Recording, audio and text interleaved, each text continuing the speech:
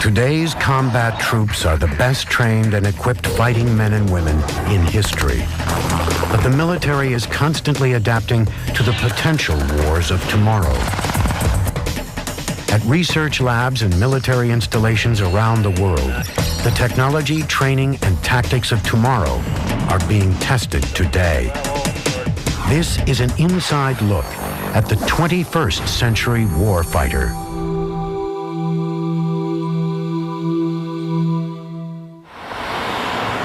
At a remote base in southern Germany, this unit is on a 21st century mission to rescue hostages captured at a U.S. embassy.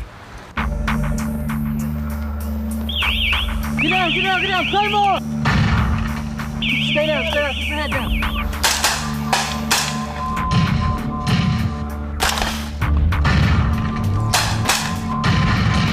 Keep your head down, we got artillery coming in friendly. Give me status! Heavens up! Move out! But this is no uncoordinated romp in the woods. Every step they take, every action, is monitored and recorded on a sophisticated electronic network. Firing laser beams and wearing transmitters and receivers, the soldiers relay every detail of their battlefield. We made it to the extraction point, you're safe. Cool? In a small tent crammed with the latest computer technology, the troops' trainers record every move, analyze every shot fired. This right here is a personal detection device. This is basically the main component of this system. It has laser sensors right here that pick up laser beams that are fired by this right here, which is the small arms transmitter. Basically, when he pulls the trigger, a laser beam comes out the end. When the mission is over, the participants are graded on their exercise more accurately than ever before in what they call an after-action review. You saw he engaged him. Another successful engagement. And you can see by the X's on each of the icons that all three of the target kits have been successfully engaged.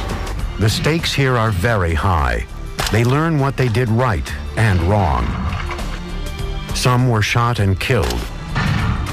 Soldier down! Others critically wounded. But failing in this virtual world will help them succeed in the real world and may save their lives in combat. It allows you to be able to tell exactly where you're shooting, where you're hitting, because a lot of times you get into an urban area with previous systems, somebody would get hit or killed and you wouldn't know who did it. The high-tech training taking place at the U.S. base in Germany is just one facet of the changes underway as the military defines the next generation of combatants. They call it war fighting, and it's a mindset that adapts to an ever-changing enemy. Men such as the Chief Army Scientist, the Army's best trainers, and leaders of important military bases introduce and explain the changes as tomorrow's troops lock and load for the future. It's more of a decentralized fight. It's a faceless enemy, terrorism, counterinsurgency, and those are very difficult enemies to fight against. The war fighters of tomorrow will be smart, well-equipped, and connected. It really is a force that is very high-tech in its capabilities, and all those capabilities will be embedded not only in platforms, but in the individual soldier. The 21st century warfighter will not only have technology at his disposal, it will also be part of his gear and his uniform, as in Land Warrior, the U.S. Army's integrated soldier system. It starts with a Kevlar helmet, equipped with a wireless antenna and a video display. On the shoulder is a GPS transponder. Attached to the rifle is a camera system for day and night vision. Also, there is a computer mouse by the trigger to allow for differing views of the video display. Instead of exposing your whole body to engage a target, you can now take your arms out and keep the rest of your body hidden and look through your daylight video sight camera through your helmet mount display to see what's out there in that room. Land Warrior operates on its own battle net. A soldier is able to send and receive messages and images via a wireless computer hookup to any and all squad members. This allows every member to see exactly what the others are seeing. They're trying very hard to go ahead and integrate a wearable ensemble of computers, GPS equipment, wireless communications and navigation devices to help enhance the situational awareness and firepower of the individual infantryman.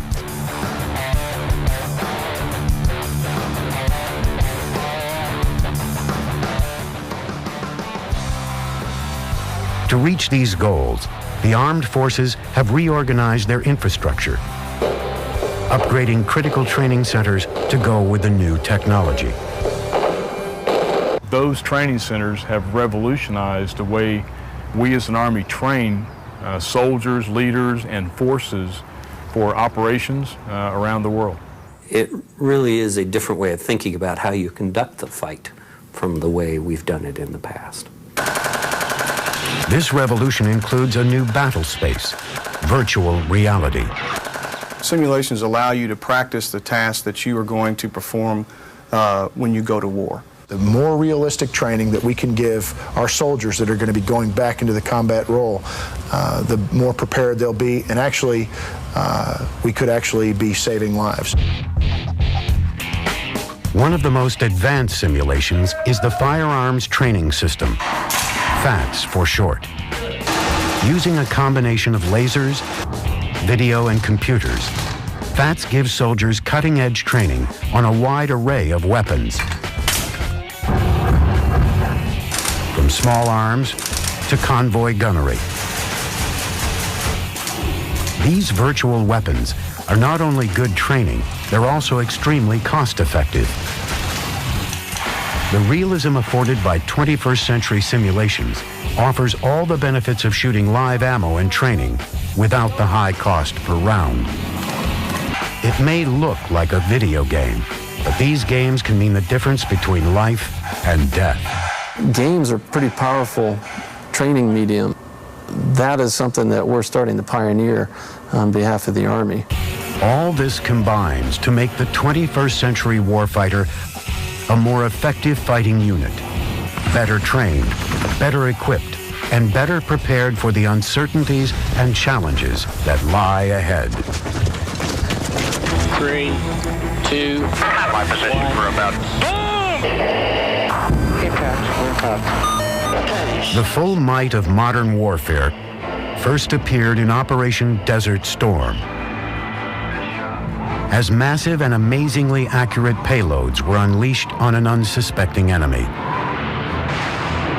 Through images beamed into the world's living rooms, Desert Storm showed the technology and tactics adapted to it could defeat large armies and defend friendly forces against enemy attack. Overseen by a mammoth technological umbrella, coalition troops raced across the sands of Kuwait and Iraq.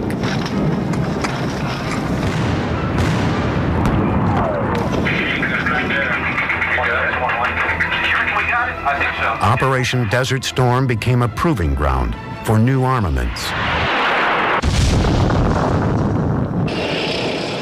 It was swift and decisive, but as methodical as the coalition advance appeared, it may not have been so efficient without aid from a technology that is now a household name.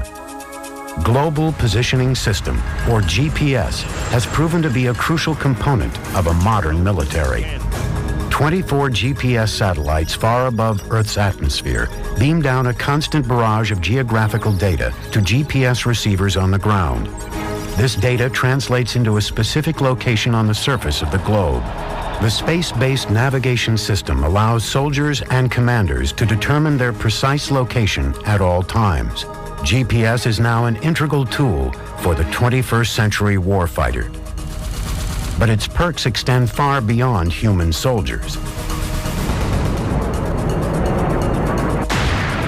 Using this latest technology, thousands of stockpiled conventional bombs have been upgraded to give them minds of their own. One of the most fearsome weapons to emerge in the war in Afghanistan is known as the JDAM, the Joint Direct Attack Munition.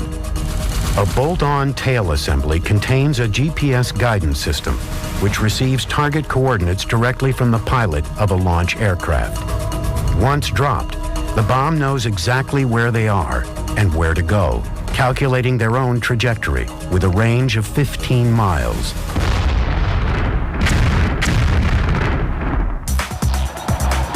But no technology has yet been devised that can eliminate the need for the warfighter on the ground, the warrior in harm's way. Throughout time, a series of questions have repeatedly bedeviled troops in the fog of war. Where am I? Where are my buddies? Where is the enemy? A great leap forward in providing these answers came with a new system known as Blue Force Tracking. Working through a computer system known as the Tactical Internet, satellite communications successfully maintain Blue Force awareness. Data flows from individual users through satellite comlinks to data fusion centers and back, and via satellite to all commanders on the network.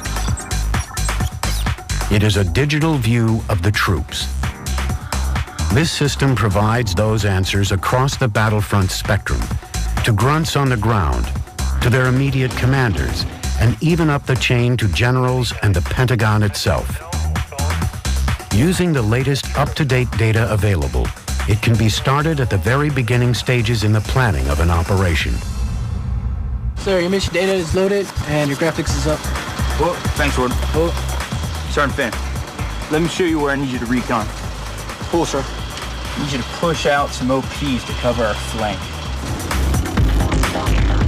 It gives commanders near real-time information on what is happening on the front line. While Blue Force uses GPS satellites and high technology to quickly and efficiently distribute vital information, much of that data must also be gathered in the first place. Where, for example, is the enemy? Enter the Predator, a plane that could fly low and close to enemy positions without risking the lives of pilots and provide the intelligence it gathered immediately without delays. The Predator is a long-range unmanned aircraft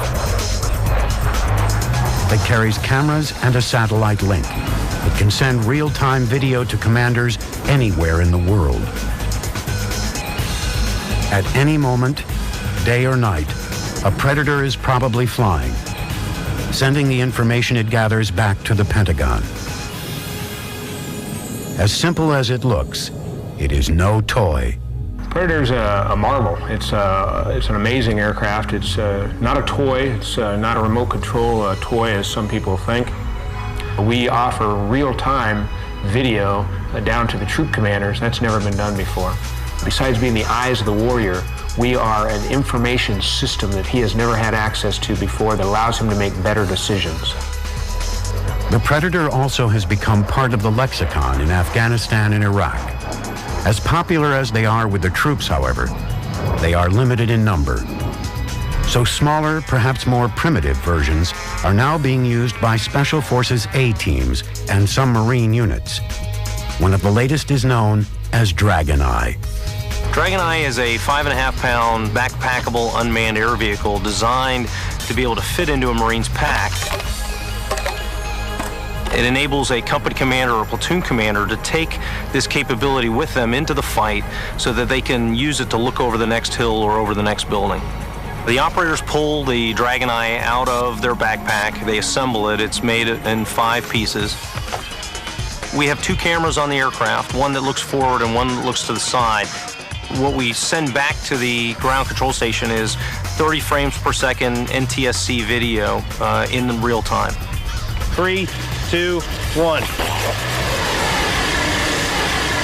Even this small aircraft gives the warfighter an unparalleled view of his terrain and surrounding danger.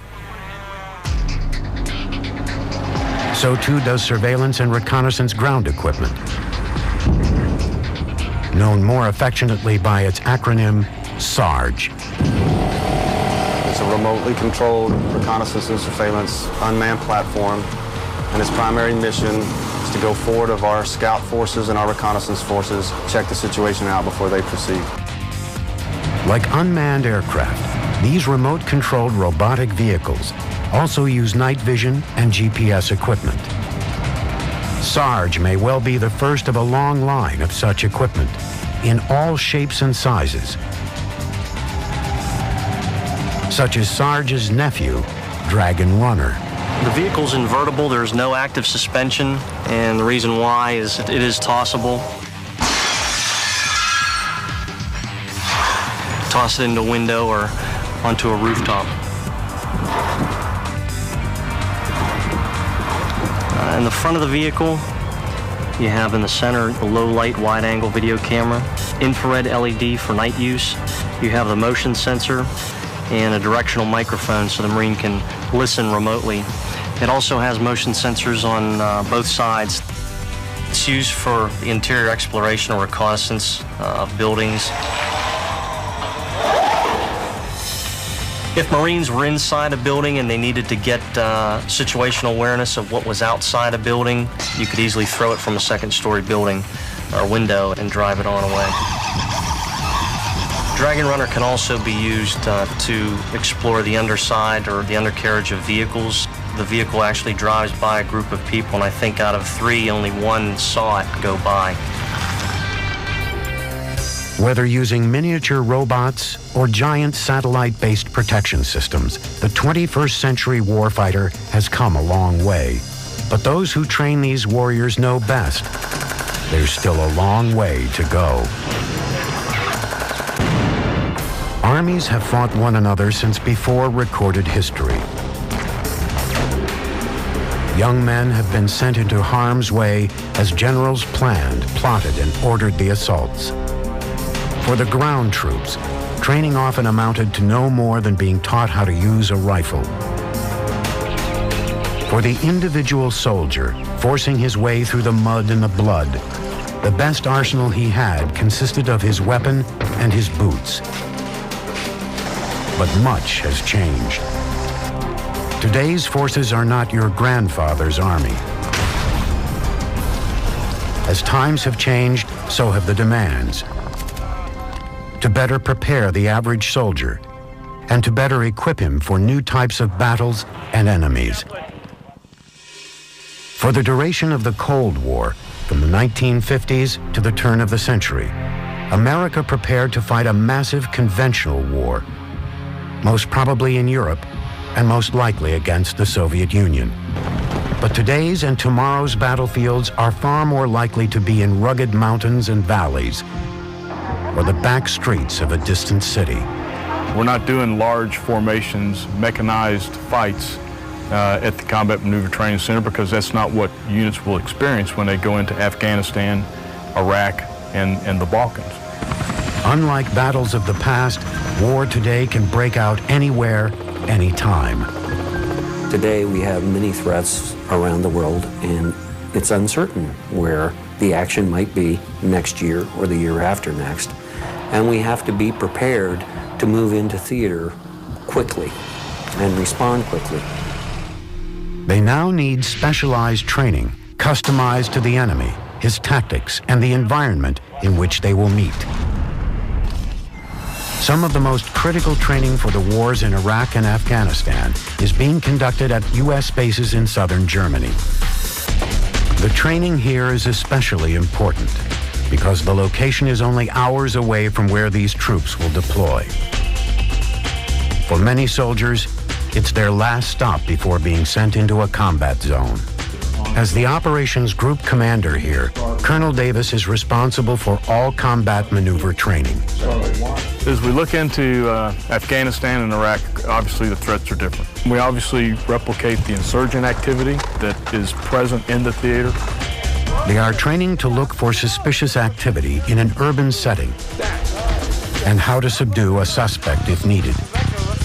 Learning to control a crowd in this hostile environment is a critical skill They learn how to deal with the worst of the enemy's new methods. Some of the activities that we really focus on here is improvised explosive devices or killing soldiers. We weave in that element within the complex environment of the rotation so they experience those kinds of activities during the rotation. They do occur with enough repetition that the units can develop tactics, techniques, and procedures to defeat these kinds of threats. Sniper activities within urban areas like the ones we're standing in right here, ambushes, going to and from urban centers, and also logistics convoys. That these kinds of threats are a daily occurrence in Afghanistan and Iraq. So we have to replicate those kinds of threats in this environment, in the training environment, once the unit's here to train. The wars in Afghanistan and Iraq have taught them how much they must change and what the 21st century warfighter must learn. They keep close tabs on every new development in the war zones so they can get it right.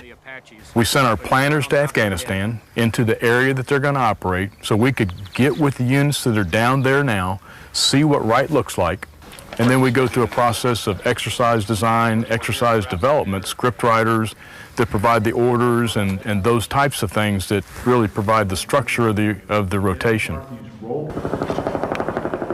And our measure of effectiveness of whether or not we're doing our job is when we talk to that unit in Afghanistan and they say that the exact same things they trained on here at the Combat Maneuver Training Center are the things that they're experiencing in Afghanistan, and that we had it right. The new warfighters have a long list of training tools, from traditional firing lines to new computerized simulators that put them virtually in the center of the action they will later face. More and more bases in the Army are being utilized, some with unusual benefits. In the wilds of Wyoming, Camp Guernsey offers mirror images of distant hot spots. Training space is at a premium, and one of the things that customers come to Camp Guernsey for is the terrain that we offer. We replicate Afghanistan, northern Iraq, Bosnia. We have a lot of diverse terrain, and customers come here because of that. We've got the simulations building that offers a lot of the latest technologies in simulations for individual weapons training. We've got the modified record of fire range, which is a computerized pop-up target range for individual weapon qualification. We've got the convoy live fire range that we've recently installed. One of the things we're working on for the future is a MOUT site, military operations in urban terrain. It's basically a town that soldiers can go in and train in urban combat, because that is one of the most dangerous and complex training or real-world situations that a soldier has to go through. Certainly there's no substitute for on-the-ground training, no substitute for putting real bullets down range. However, the more effective that training can be, the more effective those rounds can be going down range, the better the soldiers are going to be prepared. Now, how they can accomplish that is by utilizing a virtual training environment. The horizons of this virtual world stretch from small arms ranges. Weapon 3, 47 rounds fired, 9 hits, 4 kills. Weapon 4, 60 rounds fired, 1 hit, 1 kill. To a driver's point of view in a Humvee or a tank. This here is supposed to get you ready that you know what you're doing. And that's what these are designed for. So you're not going into a brand new system and not having any idea what to do. You come here, you train, and they prepare you for war. To interaction with artificial intelligence. What happened here? That is a tool. There was an accident, sir. That allows a soldier to act with a set of virtual humans in a complex environment and react as he would normally react, make decisions, and then get feedback from the avatars, that is, the synthetic humans in the environment, responding to his actions, to his decisions. Sergeant, send 2 squads forward. Sir, that is a bad idea. We shouldn't split our forces. And it uses speech recognition and speech generation technology so he can interact with them just like he would with a real human. The keys there are that it uses realistic graphics and artificial intelligence to drive the behavior of the avatars in the simulation so that they make reasonable decisions and can provide feedback on the reasons for their decisions. One of the most critical aspects of training for the 21st century warfighter is learning how to deal with attacks on convoys, especially in urban environments, where U.S. troops are frequently ambushed and roadside bombs are commonplace. Military trainers hope to turn the tables. In their simulators, with the aid of 21st century technology, troops can prepare for and learn to protect themselves against these terrorist acts. One of the latest training techniques is to use one of the younger generation's favorite pastimes, computer games. But the soldiers quickly learn that these games are deadly serious. The life of a soldier is unique. It's a tight circle, rarely breached by outsiders, and understood little by those who have not walked the walk. But now, with the help of modern technology, ordinary civilians have a chance to get an inkling of what it is like to march into harm's way. These are computer game developers who were tasked with creating a game representing the U.S. Army. That game is simply called America's Army. They have come to Camp Guernsey in Wyoming to get a better understanding of life as a warfighter.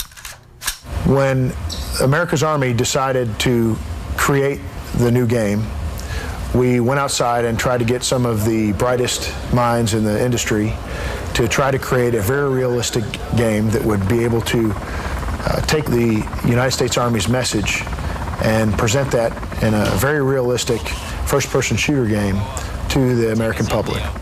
Roger that. The designers pride themselves in particular on the authenticity of the game. We are the first game that is the Army talking about itself. You know, we're not Hollywood talking about the Army. We're not some game company who has some idea about what the Army is. You know, we are now, the Army describing itself. America's Army was first seen on the internet, where it quickly gained enormous popularity as downloadable software. America's Army is extremely popular. Right now we have about 4.7 million registered users. We're adding about 100,000 users per month. And I think the reason for that popularity is, first and foremost, that our players realize that this is the real Army's depiction of itself in a video game. And that realism, that authenticity comes across in the way we construct the game and the way the game looks and feels. My first impression was the quality of the graphics and the realism. I do a lot of shooting, and the way that the firearms were portrayed and manipulated and all the accessories was just right, spot on. But these are no pale imitations of what warfighters endure. These games are so thorough and so authentic, they are now being used to help train 21st century warfighters themselves. Those types of tools that they're developing for industry purposes can be applied to the next generation of training systems for the Army. But America's Army is much more than it first appears. America's Army is a powerful military action game technology that the Army's using for public communication about its values and the ethos of the organization, and now extending into other applications for training, mission rehearsal, and weapons modeling. The use of America's Army as a training tool has, according to troops who have used it, been a great success. There are several stages of the virtual training. Let's take marksmanship, for example. You can use several different training devices for marksmanship to hone your marksmanship skills. The America's Army trainer actually utilizes the soldier's weapon. A drop-in bolt kit is put in, but the zero is not changed on the soldier's weapon. He's actually firing the weapon that he will be firing on his qualification. So that's a breakthrough in virtual training. Of course, nothing can totally match the raw adrenaline of being on the front line of an alley in Fallujah or in a darkened river wadi in eastern Afghanistan. But the ingredients and challenges are there in this digital world. So if they were to be taken seriously by the troops they were about to help train, even the best in the world of computer games needed some specialized training of their own. They had to learn the nuances and first-person experiences of life in uniform. So we went out and hired a great team, but we needed to green up that team. We really needed to integrate them into the Army as deeply as we could. The stakes were high not just for the inventors, but also for the future warfighters. What is so important about what our developers are doing with the game is that they are actually impacting how soldiers will train, how they prepare for the combat role. And that's a byproduct of great integration of our development team into the Army, the very fabric of the Army. And we bring those developers in and we task them to create a very realistic game, very realistic products, because we have to have realism in training. Otherwise, it's not training. And it's not going to be as effective as we want it to be. For the majority of computer whiz kids, they're starting from scratch. The frame of reference that a lot of these developers have is not from the military. It's from the movies. It's from what they see on TV. So that's not the message particularly that we want to send. So what we do is we do these greening up events. Then I'll give you a little brief on what we're going to do with you today and tomorrow to help you get the Army experience. Our intent is to get you the experience you need to go back and do your jobs. We put them into an Army environment. We try to put them in front of as many of the actual weapon systems and different platforms that they will replicate in the game, and we want them to be immersed into that experience. The only way they're going to be able to do that is by actually coming and participating in these events themselves. Put that rifle right in the crook of your shoulder. Put that post right in the center of the target. Okay, go ahead and put it in. Okay, now you're locked and loaded. All right, I don't need to charge.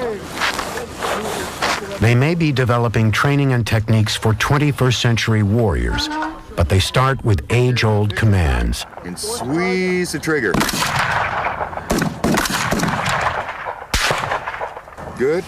If we're out here holding the weapons ourselves, actually firing them, feeling the recoil, getting a sense of what that means, the much better chance we have of getting that right in the game.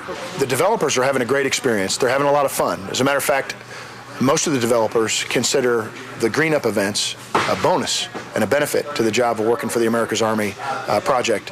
And I want it to be fun for them. You know, they're gonna come here. They're gonna be able to experience different weapon systems. They're gonna be able to go on convoy operations, flying helicopters. I mean, it's a great experience for them, and it is a lot of fun.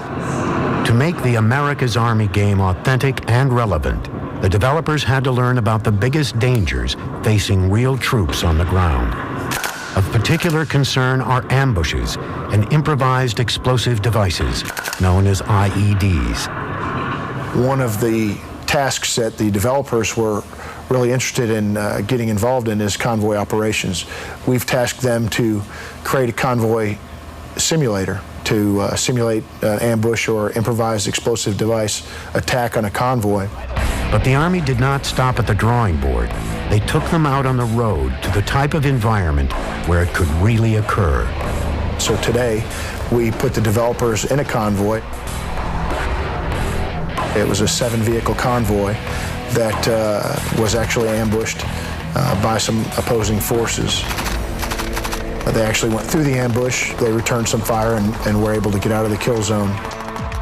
They actually saw what it was like to feel helpless in that kind of scenario, and they got a lot out of it. I'm around the experience of the Army via the game, but I'm never out in the trenches to really get a hands-on look, get to feel the weapons, fire the weapons, get an idea of what it's like just to go through the day of the Army.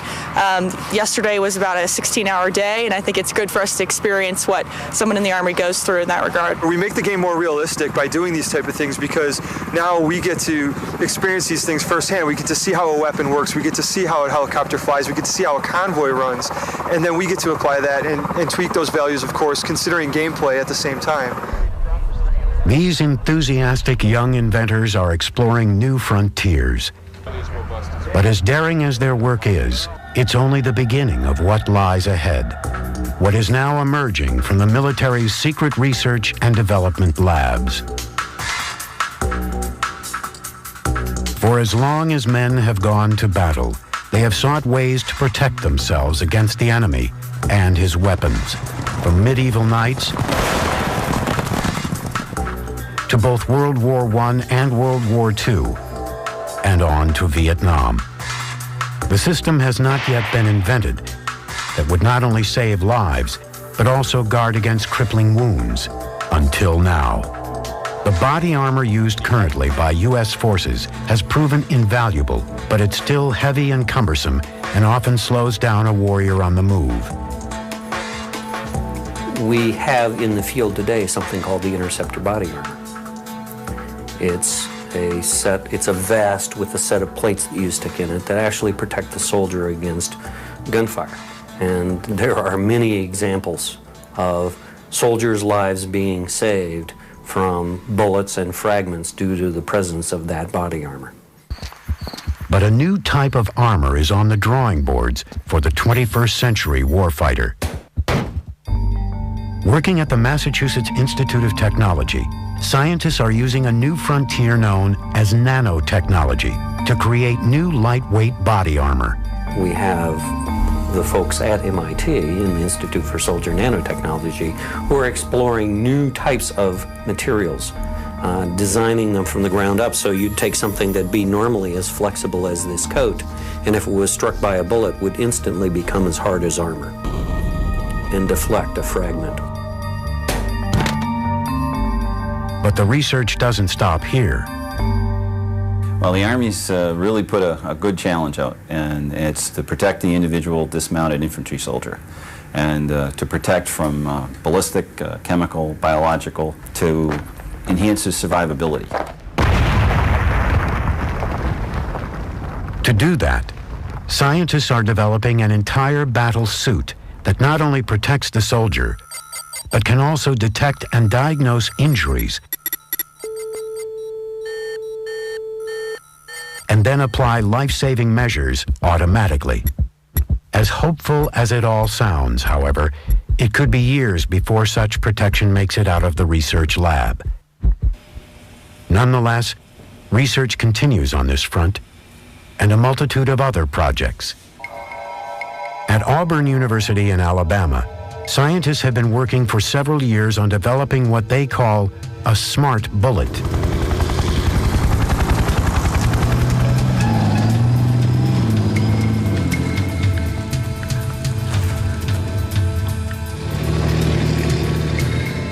The new bullet would be unaffected by wind and gravity and will automatically follow a moving target.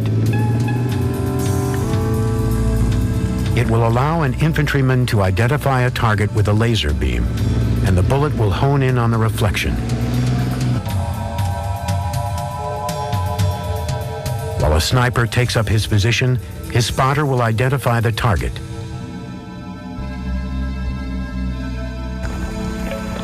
Once the target is chosen, there is no way it can escape. Using tiny built-in electronic seekers, the nose of the bullet moves independent of its main body. The smartest parts of the bullet are called actuators. They are what steer the bullet to its destination. They work very much like human muscle tissues. One will contract, the other will expand. And very much like in your forearm, your bicep will contract and your tricep will expand, and it'll rotate my elbow around my forearm. Same thing happens in the guided bullet. One piezoelectric element will expand, the other will contract and rotate the nose around a pivot to follow the target. This will increase a smart bullet's range to twice that of a conventional cartridge. No longer would you need huge magazines of rounds to carry around. Just one or two would do the job. In the case of a smart armor-piercing bullet, a guaranteed hit from a single shot to a tank's magazine is all it would take.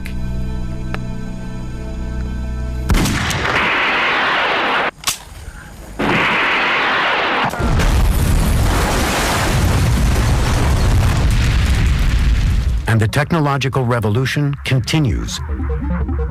Edwards Air Force Base. It is the home of the Air Force's Flight Testing Center, where they have long pushed the limits of fighter technology. Centered on a huge dried-up lake, this is where virtually every experimental U.S. plane first flies. Powerful and increasingly compact computers, along with new propulsion technology, are leading to greater and greater advances in unmanned fighter design. This is the X-36, the next step on the road to a pilotless fighter plane, flown by a virtual pilot. We created a virtual cockpit. The virtual cockpit has a flight quality control stick with damping and force feel in it. We have throttle, and all have feel identical to what you'd have in a real manned airplane. The virtual pilot on the ground uses a television camera. Whatever the X-36 sees, I see on that monitor. Everything that you'd need in a real flying airplane.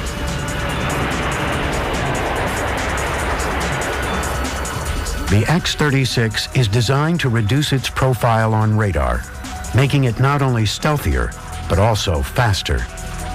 Usually in the old days, when you had to do something to reduce the signature, there was a penalty involved with it, and there was a lot of trade-offs. But as we got into taking the tails off the airplane, we also found out there were a couple other benefits. We found out that we could reduce the drag and reduce the weight of the airplane. So it came out to be a real payoff. As it moves through development, the X-36 is shrouded in secrecy. The special nozzle that we co-developed with McDonnell Douglas is one of the more classified elements of the program. It is a very elegant, simple design, yet it provides very high rates of actuation and a very large amount of gas angle deflection, which all adds up to a very effective thrust vectoring system. And beyond that, we really can't say much more about it. Faster and more agile UAVs are not the only objective. Some research is even moving toward small insect-like flying machines. Very small unmanned air vehicles, what's been called micro unmanned air vehicles. There's been sort of the standard joke is, if it's micro, it by definition is unmanned. You can't sort of have both. It has to do with what's called the micro UAV, the extremely small unmanned airplane that has a characteristic dimension on the order of 15 centimeters or 6 inches. Some of these are just little gliders. They look like kids' toys. Some of them are powered with motors. Basically, we're trying different concepts right now to see what makes sense from the aerodynamics and structure standpoint. Later on, we'll be integrating actual sensors, small cameras, small listening devices, other things on here that make them a useful. Microflyer level, a paradigm shift occurs where it might make more sense now to try and create air vehicles that mimic what we find in creation, things with flapping wings or things like dragonflies with fixed wings that vibrate rapidly. And so microflyers very well may take that form.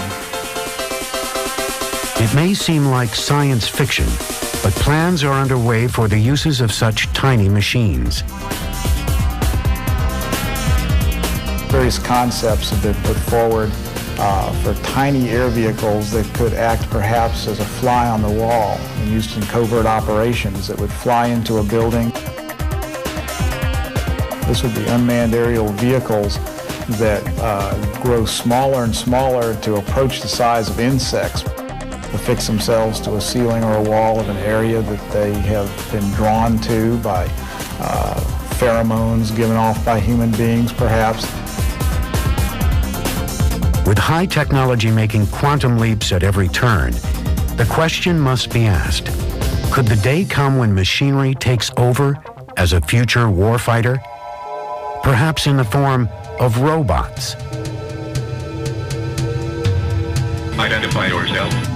Robots that can, for example, see and hear. They come in all shapes and sizes. Some look a lot like battle tanks. Others like farm machinery. Even like trash compactors. But they are all robots. In a future war, they could all be smart enough to fight each other for us. At the Space and Naval Warfare Center in San Diego, design engineers have wired up robotic eyes that can spot a moving human and decide that it is different to branches of a tree waving in the breeze. It is still being perfected. You basically have to walk before you run. There's a lot of issues that we have not yet solved that I think need to be solved first before we start making these things even smarter. Already, there are robots that can pack a paintball gun and engage in battle with other robots. These demonstrations are staged to make the point that a GI robot might eventually be possible. The real thing is, of course, more than a decade away. The primary purpose in robotics is to take the soldier out of harm's way. And in saying that, I mean areas of hazardous conditions, which might be a biological condition or a chemical or nuclear condition. So we're looking at robotic applications for those things and also for wartime weapons carrying capabilities. Creating a weapon with enough brains to be a true warfighter will be a formidable challenge. Sophisticated tools, some beyond imagination a few years ago, are being implemented for the 21st century warfighter. The new generation of warriors will have the newest generation of computers and equipment at their service. And I see simulations growing to a point where sometime in the future, these simulations will be embedded in the command and control systems that we currently have, and that we'll be able to train as we fight, while we're fighting, before, during, and after the fight, in a very high degree of fidelity. It's the soldier that's the most important thing in this day and age and in this conflict. It's not the M1 tank, and it's not the Bradley or the Stryker fighting vehicle or the Apache helicopter. It's the soldier, and everything that we do needs to enable the soldier to conduct his mission, gain intelligence, paint the right picture so that leaders can make decisions.